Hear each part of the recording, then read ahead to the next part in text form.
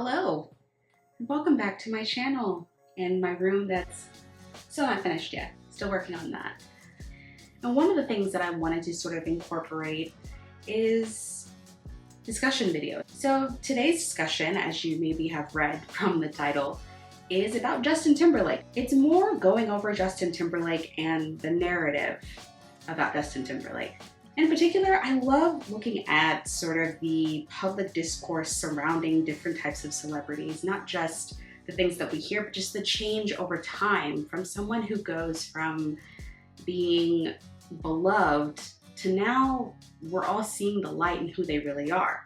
You know, people like Justin Timberlake, P. Diddy, even changing from like bad to good narratives like Britney Spears. So that's kind of what this series is going to be about on my channel. And yeah, that's what I'm going to start to do.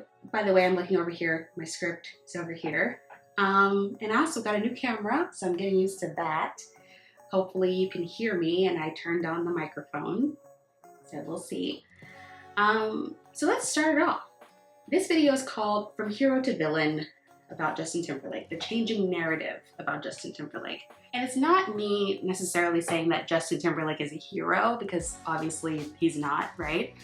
But it's about the overall sort of like discourse surrounding Justin Timberlake and the changing discourse surrounding Justin Timberlake.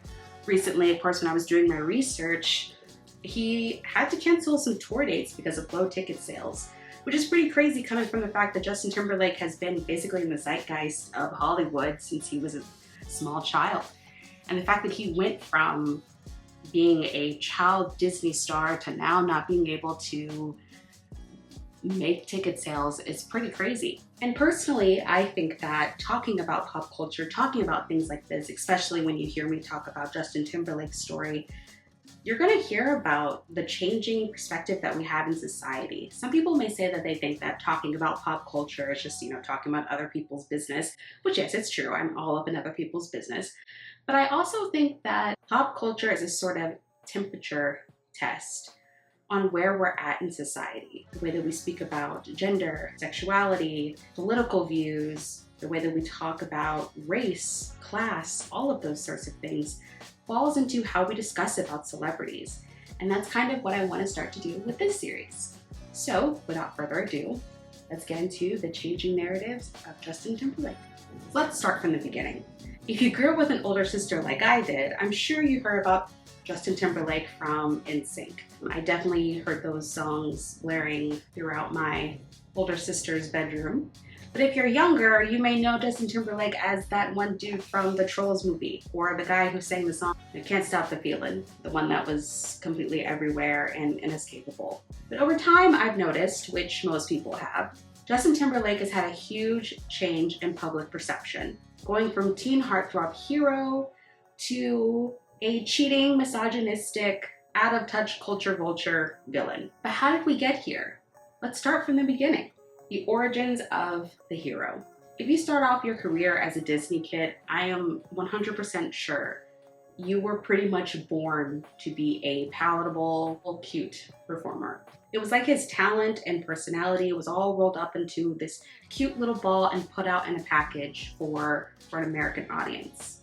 Of course, the Mouse House, as you already know, produced stars like Christina Aguilera, Britney Spears, Ryan Gosling, and also JC Chavez, who went on to be in NSYNC with Justin Timberlake. As we know, Disney is like a star-pumping machine. I mean, you've got from later years stars like Miley Cyrus or Selena Gomez.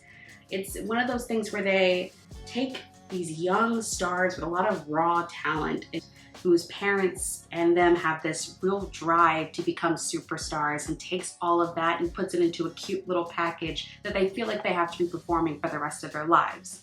From a young age, these kids are working in a very tough industry and learning how to package and sell themselves to the public. Then Justin went on to be a part of one of the most successful boy groups of the late 90s, early 2000s, NSYNC.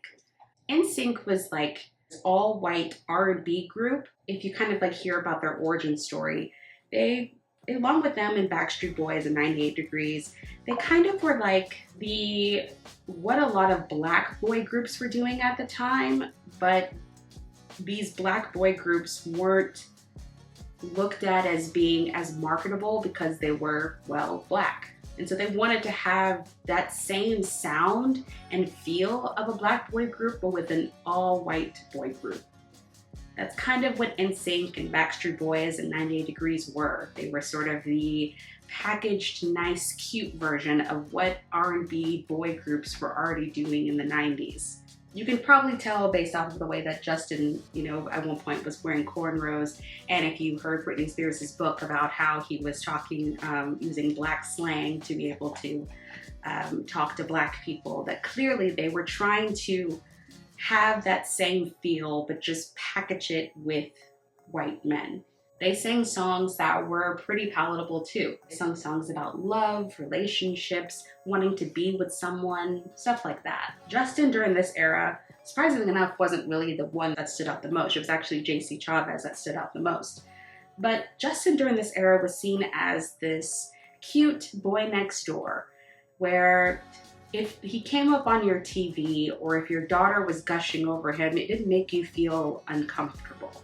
He was this cute, curly-haired, ramen-noodled white boy that kind of just felt like the boy you have next door that your daughter would go on to eventually marry. And also during this time, another member pops right back up into Justin's life, Britney Spears. Britney was basically Justin's Barbie, as Justin would be Ken. She was blonde, beautiful. I mean, she's still blonde. She's blonde, beautiful, also packaged. Yes, it's the next day. Britney was also packaged as this perfect girl next door, but with a little bit of an edge. And what I mean by a little bit of an edge, I mean that she was, walking out with her stomach out, I guess. I don't know. But it was interesting because when you look at the coverage of Britney compared to Justin, Justin again was seen as the boy next door, and Britney was too to a certain extent, but she also was villainized for not being super cookie cutter or safe. She was villainized for wearing crop tops. She was villainized for quote unquote dancing sexual. So in comparison, yes, both of them had a similar image, came from a similar background, but Britney was pretty much villainized by the more conservative people just based off of the way that she looked, which their relationship together was very public. People saw them all the time. Of course, you remember the denim on denim outfits. People saw them as sort of a pop royalty. But unfortunately, really unfortunately for Britney, Justin needed a shift in image. He needed to no longer be associated with being a teen heartthrob and needed to grow and be an adult, even if that meant villainizing certain people, including the person he claimed to love. Now, like I said, the Britney Spears and Justin Timberlake relationship was pretty much everywhere. Everywhere you looked, people were taking photos of them, having gossip about them. They were everywhere. So when they broke up, it was a shock to their fans and also a shock to the public. They seemed like they were so perfect for each other. And here's the thing about celebrity breakups. There's always going to be a villain. Doesn't matter if the relationship broke up amicably, there will always be a villain. Think about Taylor Swift, right? Whenever there's a breakup between her and some other guy, who always comes out looking the best? Taylor, right? It's partly because of fans, but also partly designed of how the celebrity handles said breakup. With Justin Timberlake, he handled the breakup with Britney Spears in a pretty interesting way. Off his first album, Justified, he released the song Cry Me a River. Along with Cry Me a River came the music video, which the music video kind of shows Justin Timberlake kind of like stalking through the house of this person, recording a pretty salacious video with another woman, and then stalking and following around a blonde woman that just so happens to look like his ex-girlfriend, Britney Spears. Now, this villainizing of Britney was by design. He had to be the one to come out on top to look the best, even though we know through Britney's book, which granted we only get her side, but it shows pretty clearly that both of them were young and made a lot of mistakes. But for some reason, Britney was the only one who had to pay for those mistakes. Justin made her out to seem like she was a cheater or that he found out through somebody else. As though through, again, Britney's book, she explains the fact that Justin was sleeping around the entire time.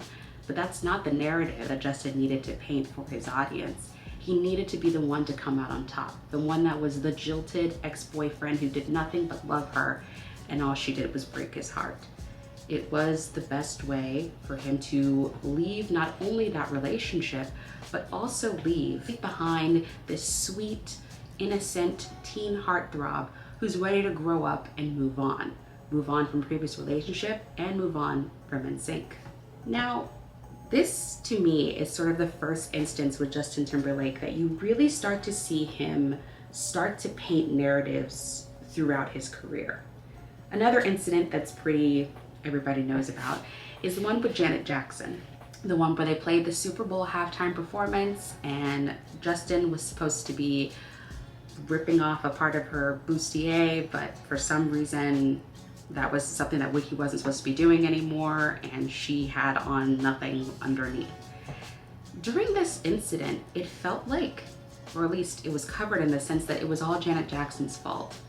And Justin did absolutely nothing to defend Janet, not even going out and saying anything to the public about how it was a complete misunderstanding. I mean, I think he tried to attempt to, but it was almost like Janet was out there having to fight all of this alone, even though the situation, she wasn't there alone. It wasn't all her fault. In my opinion, it really wasn't her fault at all. How was she supposed to know Justin was going to go in and rip her shirt, right? But she got most of the blame. And if you notice too, in both of these incidents with Justin, it's this framing of the women around him are so promiscuous and how dare they do sort of things. And Justin's just the innocent bystander who just happened to be there at the wrong time. In these situations, he's always made out to be the good guy. It tends to be that the women around Justin tend to be the ones that are facing most of the mistakes. He doesn't really face any consequences for his actions, at least at this time period. And again, we have to really think about the fact that women at this particular time in the press and the media really didn't get that much understanding or sympathy or flack. At the time, people were more willing to demonize a woman than they were to come to her understanding. We can see that in the way that Britney Spears was covered and interviewed compared to the way that Justin was interviewed. But something happened around the time that Justin Timberlake was set to be a part of the Super Bowl. When he was announced as a Super Bowl performer, there was this shift in how people perceived him. I personally think that the shift really started with Super Bowl performance was really when the reckoning for Justin Timberlake started. Now, that reckoning was interesting. By the time he was in the Super Bowl, people were starting to bring up the fact that Justin Timberlake is playing the Super Bowl, but Janet Jackson is still banned from being a part of the Super Bowl. How was the person who was a part of the incident that exposed her able to play the Super Bowl halftime show, but the person who was exposed can't? And then people started to realize that Justin Timberlake has never apologized nor spoken up to defend Janet Jackson, again, leaving her all alone to defend herself. And then people started to realize Justin Timberlake's a jerk. Oh, I mean, like, in the sense that he tends to use the women around him to his own advantage, and when he has no use for them anymore, he kind of just leaves them abandoned. People were even saying that they weren't going to be watching the Super Bowl that year and they were just going to watch Janet Jackson music videos the whole time. And people said, well, if Justin doesn't bring out Janet Jackson during this performance, then this is bull. Well, he didn't. He didn't mention her or bring her up at all. He did have somewhat of an apology, but that was pretty much it. It seems to me that Justin tends to apologize whenever he feels like his back is against the wall. And what I mean by that is he can't get away with just making a snide comment or ignoring something. He tends to apologize when he feels like it's going to affect his career. For example, he apologized to Britney Spears years later after a documentary on, I believe, one of those streaming platforms, I can't remember.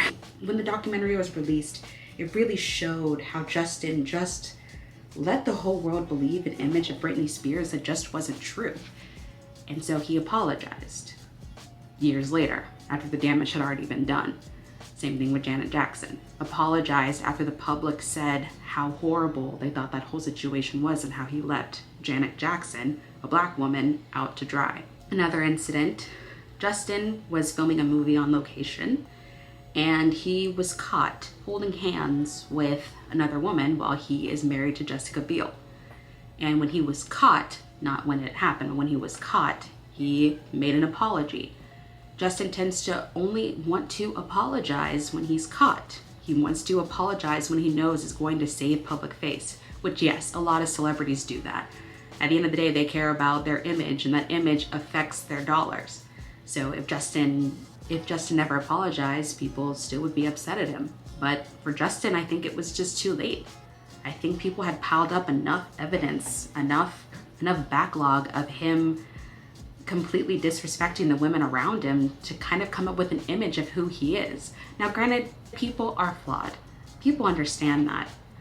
But with Justin, it just seems like for a very long time, he took advantage of the fact that the public never really held him accountable for anything. And when his back was against the wall, when people started to compile evidence of who he really is, that's when he decided to apologize. And I think this damage has really affected his career, even to this day. Justin released an album, I think a couple weeks ago, and I've noticed that so far it has gotten pretty abysmal reviews. He's also on tour right now, and I've noticed some dates have been canceled.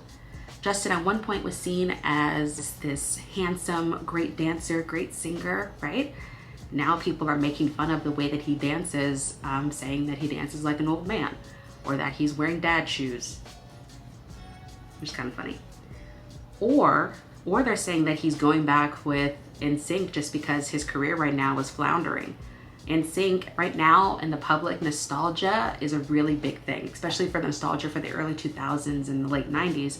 And NSYNC was a very popular group, as you know. And Justin now is doing a reunion with those guys, even though during the peak of his career, he wanted nothing to do with them besides just a quick appearance in some of his performances to boost him up. Now all of a sudden he wants to work with NSYNC again. His career has completely changed from where it used to be, where he could get away with pretty much anything. He was at the top of his career. No one could touch him. Nowadays, people don't see him that way. Now, of course, when I was going through the comment section of some of his latest music videos, I did see quite a bit of support. I did see quite a bit of people saying that Justin still got it, or he still has the voice of an angel, and he does.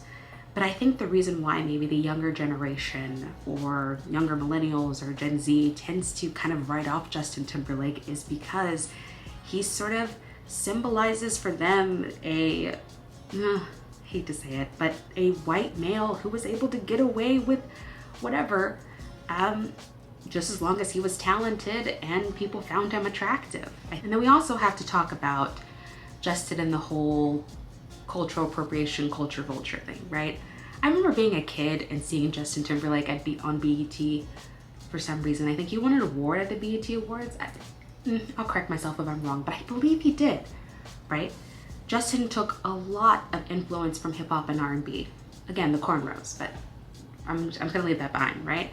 But he took a lot of influence from hip hop and R&B.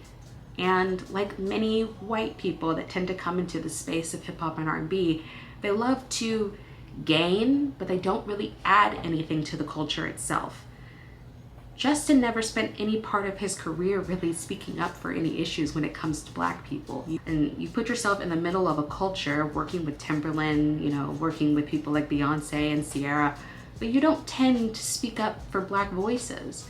That is also a problem within his career. Now, Justin has made his millions, right? He's rich, right? He's been in many successful films. He's going to be fine. His family is going to be fine. His marriage, I don't know, but his family is going to be fine. But it's more about the fact that this changing narrative is something that I feel can only happen now. Now that we have the internet and have access to pretty much a catalog of a celebrity's backlist in history, we're now able to piece a lot of things together about their character. And yes, you can say with Justin that a lot of his bad characteristics happened when he was young. But recently there was a video that was released where he had said that he apologizes for absolutely nothing.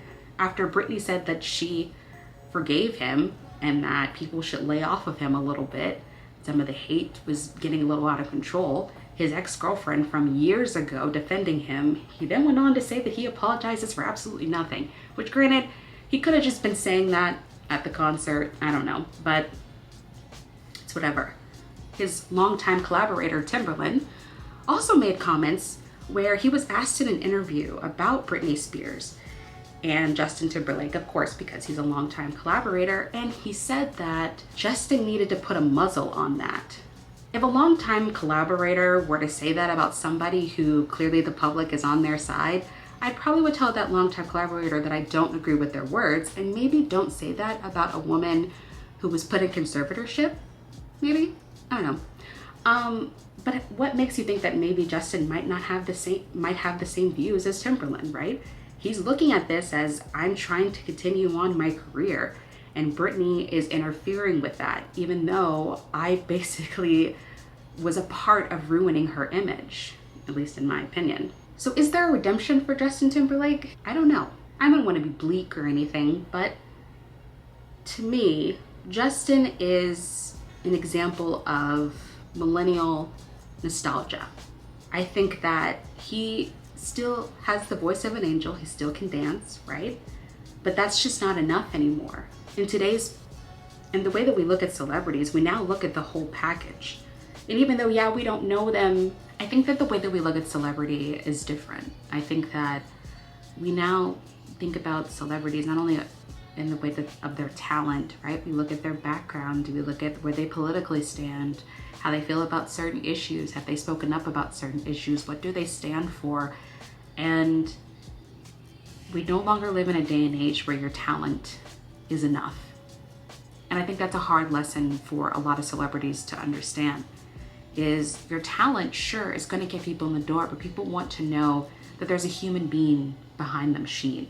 And when they do figure out who that human being is, they want to know if that person can at least fake to be a good person or fake to care. And so ultimately, I don't think Justin Timberlake is a villain, right? This is just more of me figuring out a title for this series. Ultimately, I don't think Justin Timberlake is a villain, nor do I think he's a bad person.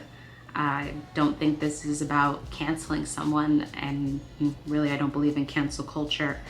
I don't think it exists. I think that it's a bunch of people deciding that they have a say in who they choose to support and who they choose to leave behind.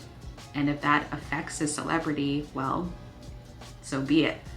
That's life. Your job has the right to fire you if you don't meet their expectations, right? The public has the right to turn their back on you if they feel like you're not meeting their expectations. And I think that younger generations are understanding that they have that power now.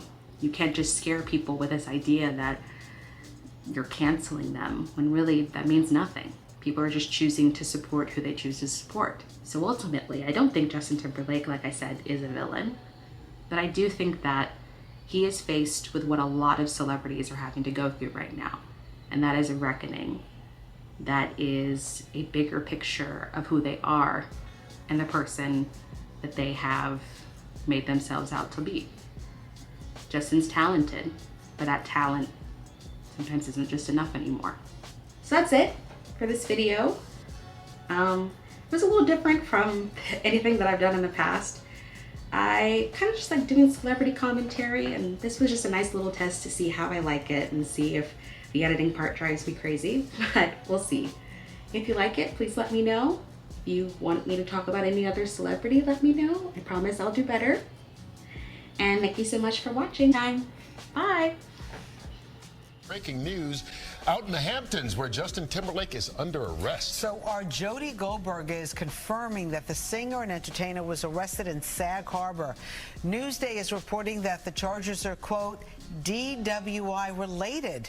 Justin will be arraigned there later today. We will keep you updated on this story as it continues to unfold on Long Island.